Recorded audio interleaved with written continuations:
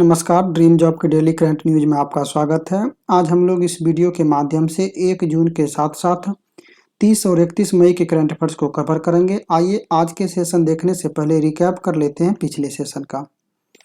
किस भारतीय को इंटरनेशनल नारकोटिक्स कंट्रोल बोर्ड के अध्यक्ष के रूप में नियुक्त किया गया? आंसर है जगजीत पावड़िया। अंतर्राष्ट्रीय नारकोटिक्स नियंत्रण बोर्ड का मुख्यालय वियना, ऑस्ट्रिया में स्थित है।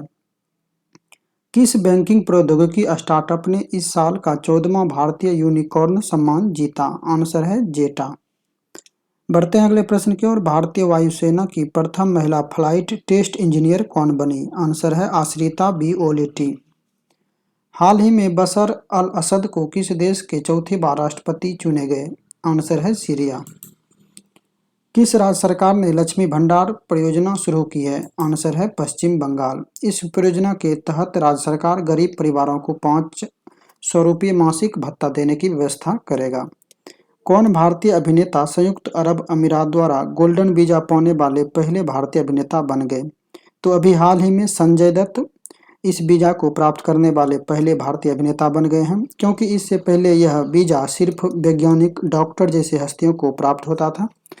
इसके बाद नियम में कुछ बदलाव किए गए, जिसके तहत यह पहला वीजा संजय दत्त को प्राप्त हुआ है। अगला प्रश्न है, हाल ही में लॉरेंस डेस क्रॉस दुनिया के सबसे बड़े म्यूजियम लोवर म्यूजियम की अध्यक्ष बनने वाली प्रथम महिला बनी। यह म्यूजियम कहाँ स्थित है? आंसर है फ्रांस। इस म्यूजियम की स्थापना से लेकर अब तक किसी भी महिला को इसके अध्यक्ष पद पर नियुक्त नहीं किया गया था, लेकिन अब फ्रांस की सरकार ने इस पद पर लॉरेंस डेस क्रॉस को नियुक्त किया है और यह इस म्यूजियम की अध्यक्ष बनने वाली 288 साल के इतिहास में पहली महिला बन गई है। टोक्यो ओलंपिक के कुश्ती में एम्पायरिंग करने वाले एकमात्र भारतीय रेफरी कौन है? आंसर है अशोक कुमार। किसकी अध्यक्षता में अंतर्राष्ट्रीय वित्तीय सेवा केंद्र प्राधिकरण ने निवेश कोष समिति का गठन किया है? आंसर है नीलेश शाह।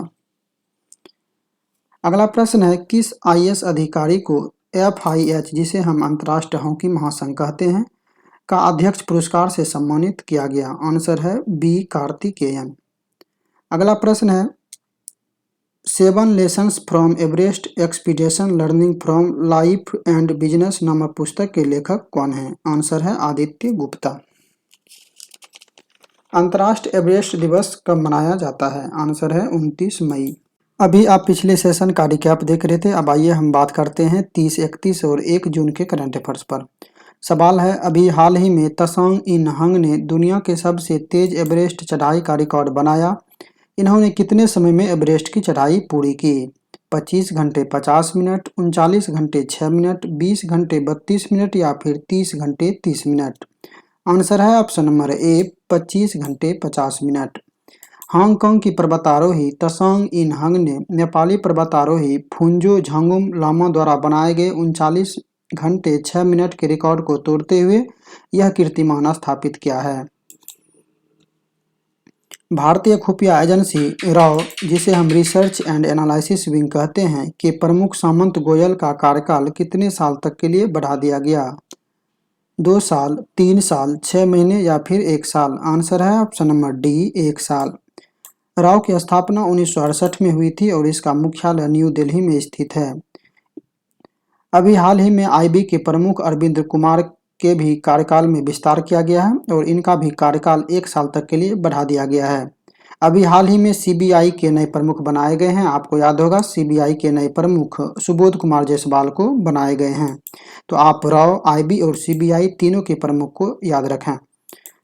प्रश्न है, 29 मई 2021 को किस विषय के साथ विश्व पाचन स्वास्थ्य दिवस मनाया गया? आंसर है option number B obesity and ongoing pandemic, यानी मोटापा और चल रही महामारी। आइए देखते हैं चौथे प्रश्न को। संयुक्त राष्ट्र शांति सैनिकों का अंतर्राष्ट्रीय दिवस 29 मई को मनाया गया। इसका थीम क्या है? आंसर है option number A the road to a lasting peace leveraging the power of youth for peace and security, यानी अस्थायी शांति का मार्ग, शांति और सुरक्षा के लिए युवाओं की शक्ति का लाभ उठाना। यह दिन उन पुरुषों और महिलाओं को श्रद्धांजलि देने के लिए मनाया जाता है जिसने संयुक्त राष्ट्र शांति अभियानों में अपनी सेवा देते हुए जान गंवा दी। पांचवा प्रश्न है, फीफा द्वारा जारी नवीनतम पुरुष वर्ल्ड रैंकिंग में कौन सा देश शीर्ष स्थान पर रहा? फ्रांस, बेल्जियम, ब्राजील या फिर जर्मनी? आंसर है ऑप्शन नंबर बी, बेल्जियम। इस रैंकिंग में फ्रांस दूसरे स्थान पर तथा ब्राजील तीसरे स्थान पर रहा, जबकि भारत को इसमें 105वां स्थान प्राप्त हुआ है। फीफा की स्थापना 1904 में की गई थी और इसका मुख्यालय ज्यूरिख, स्विट्जरलैंड में स्थित है और इसके अध्यक्ष हैं जियानी इन्फेंटिनो। अगला प्रश्न है, बीसीसीआई यानी भारतीय क्रिकेट कंट्रोल बोर्ड ने आईपीएल 2021 के शेष बचे संस्करण को किस देश में आयोजित कराने का फैसला लिया है? संयुक्त अरब अमीरात, सऊदी अरब, इंग्लैंड या फिर अमेरिका? आंसर है ऑप्शन नंबर ए, संयुक्त अरब अमीरात। कोविड-19 के खतरों को देखते हुए आईपीएल को बीच में ही रद्द कर दिया गया था और अब बीसीसीआई ने इसे दुबई में 18 से 19 सितंबर से शुरू करने की बात कही है। भारत सरकार ने किस देश से लीज पर 4 हेरॉन टीपी ड्रोन लेगी जिसे चीन के साथ वास्तविक नियंत्रण रेखा पर तैनात किया जाएगा?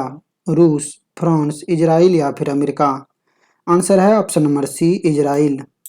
बात हुई है इजराइल की, तो अभी हाल ही में कुछ दिन पूर्व भारत और इजराइल के मध्य 3 वर्ष के लिए कृषि के क्षेत्र में सहयोग बढ़ाने हेतु एक ज्वाइंट वर्क प्रोग्राम पर हस्ताक्षर किया गया था।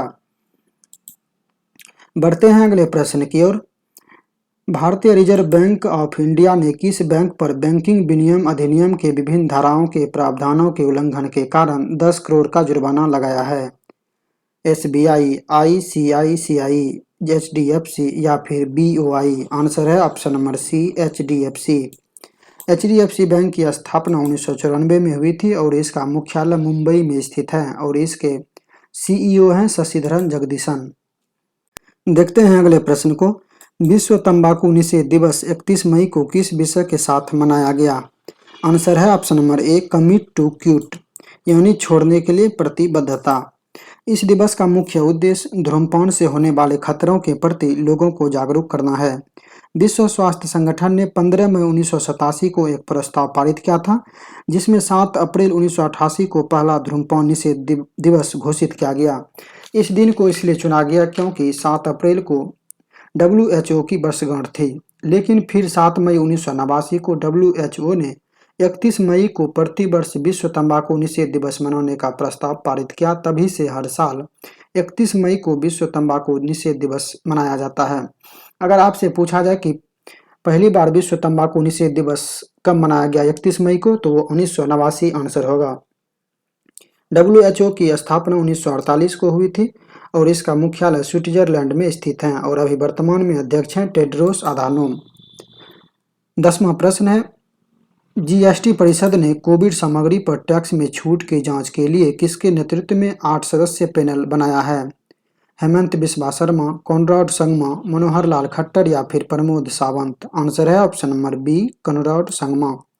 जीएसटी परिषद ने मेघालय के मुख्यमंत्री कॉनराड संगमा के नेतृत्व में एक पैनल गठित किया है जिसमें कोविड-19 राहत सामग्री जैसे टीके, परीक्षण किट, वेंटिलेटर जैसी वस्तुओं पर छूट का विचार करने के लिए कहा गया है।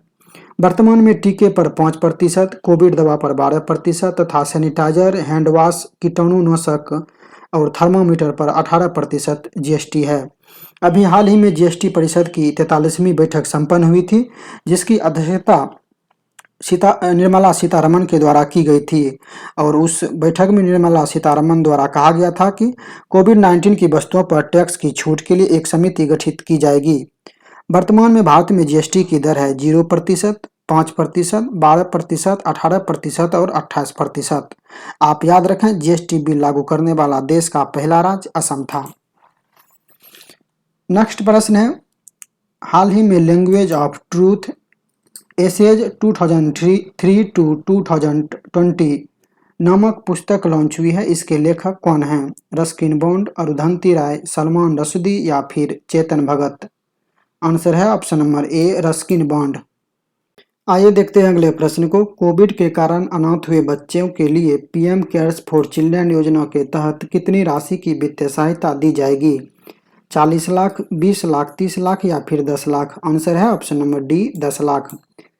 10 लाख की वित्तीय सहायता के अलावा अगर कोई बच्चे 10 साल से कम उम्र के हैं और उनके माता पिता की मृत्यु कोरोना से हो गई है तो उन्हें केंद्रीय विद्यालय या फिर किसी निजी स्कूल में डे स्कॉलर के रूप में प्रवेश दिया जाएगा। और अगर बच्चे की उम्र 11 से 18 वर्ष के बीच है तो उन्हें किसी भी केंद्रीय आवासीय विद्यालय में जैसे सैनिक स्कूल, नवोदय स्कूल में प्रवेश दिया जाएगा। पीएम केयर्स का पूर्ण रूप होता है the prime ministers citizens assistance and relief in emergency situation fund और इसकी स्थापना मार्च 2020 में की गई थी। अगला प्रश्न है, किस भारतीय मुक्केबाज ने एशियाई मुक्केबाजी चैंपियनशिप में 75 किग्रा महिला मध्य वर्ग में स्वर्ण पदक जीता? पूजा कुमारी, एस मेरी कॉम, गीतिका या फिर मंजू रानी? आंसर है ऑप्शन नंबर ए, पूजा रानी। आइए देखते हैं अगले प्रश्न को। उड़ीसा राज्य के वन विभाग द्वारा जारी नवीनतम पशुगणना रिपोर्ट में बीते 6 वर्षों में राज्य में किस जानवर की आबादी दोगुनी हो गई? बाघ, हाथी, गैंडा या फिर काले हिरन? आंसर है ऑप्शन नंबर डी, काले हिरन। उड़ीसा राज्य के वन विभाग द्वारा जारी हालिया रिपोर्ट के अनुसार राज्य में काले हिरन की संख्या बढ़कर 7,558 हो गई है। आइए हम बताते हैं आपको उड़ीसा के 5 शीर्ष राष्ट्रीय उद्यान जो कि अक्सर एग्जाम में देखे जाते हैं।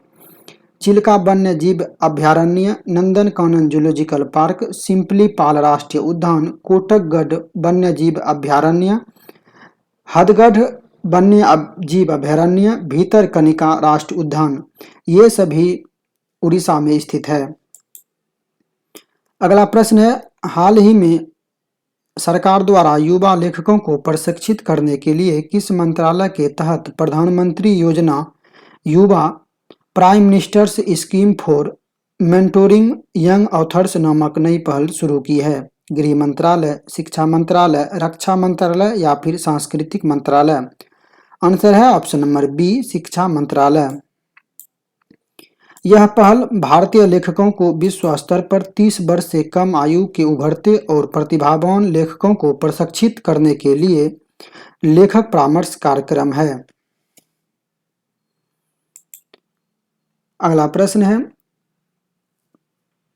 अफ्रीकी महादेश में स्थित दक्षिण सूडान में किसे भारतीय राजदूत नियुक्त किया गया है? रामकरण वर्मा, एस बालचंद्रन, विष्णु कुमार शर्मा या फिर आलोक रंजन झा? आंसर है option number C, Vishnu Kumar Sharma.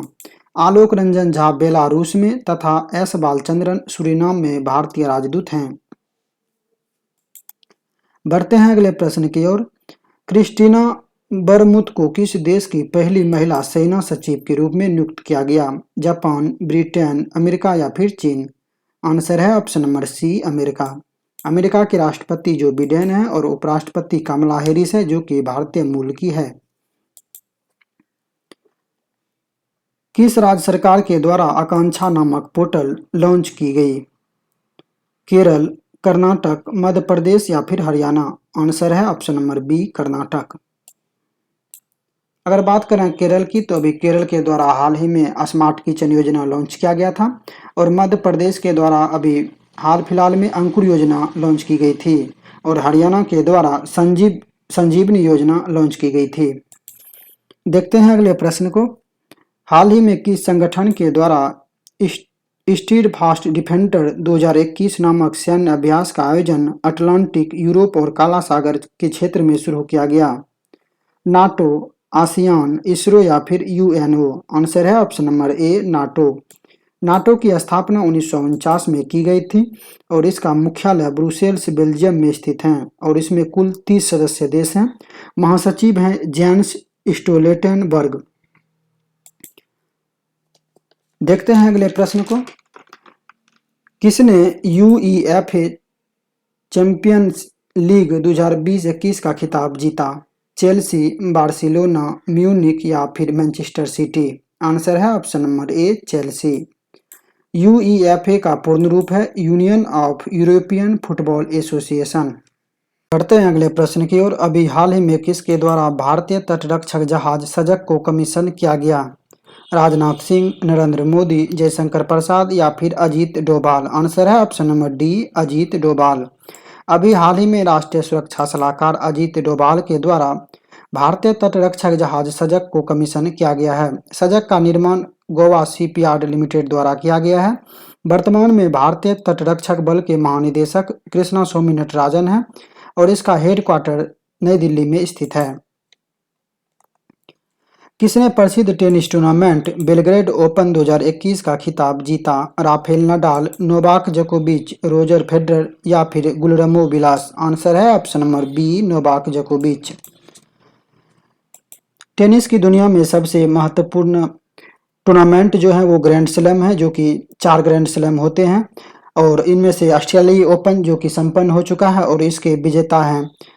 पुरुष वर्ग की अगर हम बात करें तो पुरुष वर्ग का नोवाक जोकोविच है और महिला वर्ग का नाओमी ओसाका है। तो आप दोनों को याद रखें कि ऑस्ट्रेलियाई ओपन 2021 का खिताब महिला वर्ग का नाओमी ओसाका और पुरुष वर्ग का नोवाक जोकोविच ने जीता है। बढ़ते हैं अगले प्रश्न की ओर। अभी हाल ही में किस देश ने 2 चाइल्ड पॉलिसी समाप्त कर 3 चाइल्ड पॉलिसी लागू करने की घोषणा की है? भारत, चीन, रूस या फिर ब्रिटेन? आंसर है ऑप्शन नंबर बी, चीन।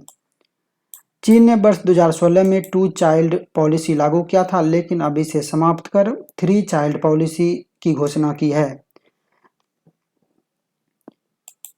अगला प्रश्न है, निम्नलिखित योजना और उनसे संबंधित राज्य का कौन सा मिलान गलत है? आइए देखते हैं पहले ऑप्शन को। घर घर औषधि योजना, राजस्थान, यह बिल्कुल सही है और इस योजना के तहत राजस्थान सरकार हर परिवार को महत्वपूर्ण 4 औषधीय जड़ी बूटी पौधा उपलब्ध कराएगा, जिसमें मुख्य रूप से तुलसी, अश्वगंधा, गिलोय और कालमेघ शामिल है। देखते हैं दूसरे ऑप्शन को। मुख्यमंत्री कोविड-19 बाल सेवा योजना, मध्य प्रदेश, यह भी सही है। मध्य प्रदेश सरकार द्वारा कोविड के दौरान अनाथ हुए बच्चों को 5,000 रुपये प्रति माह आर्थिक सहायता और निःशुल्क राशन एवं शिक्षा प्रदान की जाएगी। तो यह ऑप्शन भी सही है। देखते हैं अगले ऑप्शन को। शिशु सेवा योजना, असम, ये भी बिल्कुल सही है। अभी कुछ ही दिन पूर्व असम के द्वारा शिशु सेवा योजना लॉन्च की गई है और इस योजना का उद्देश्य भी कोरोना से अनाथ हुए बच्चों को वित्तीय सहायता प्रदान करना है। बढ़ते हैं अगले ऑप्शन की ओर। वात्सल्य योजना, हरियाणा, ये बिल्कुल गलत है क्योंकि वात्सल्य योजना उत्तराखंड सरकार के द्वारा चलाया गया है। नेक्स्ट प्रश्न है, खबरों में रहा प्रमुख राष्ट्रीय उद्यानों का कौन सा जोड़ा गलत है? Bannerghatta National Park Karnataka, Kuno National Park Madhya Pradesh, Bhitarkanika National Park Orissa, Nagi Nakti पक्षी अभयारण्य केरल? ऑप्शन नंबर डी गलत है क्योंकि नागी नक्टी पक्षी अभयारण्य जमुई बिहार में स्थित है और यहाँ बिहार का प्रथम पक्षी महोत्सव कलरल आयोजित किया गया था।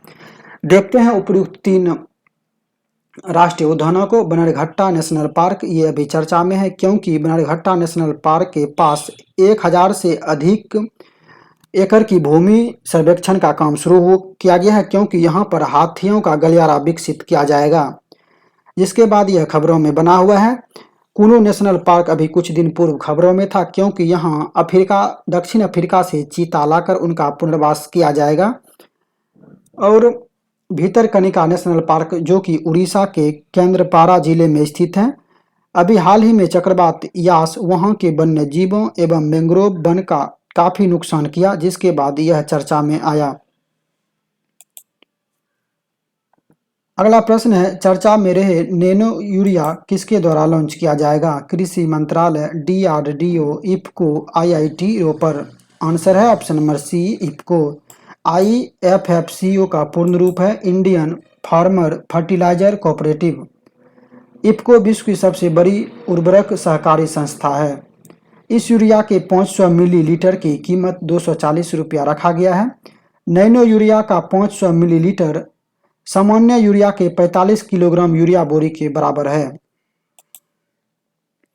अगला प्रश्न है, कौन सी space agency international space station में वाटर बियर्स एवं बेबी स्क्वाड भेजेगा? नासा, जक्सा, इसरो या फिर स्पेस एक्स? आंसर है ऑप्शन नंबर ए, नासा।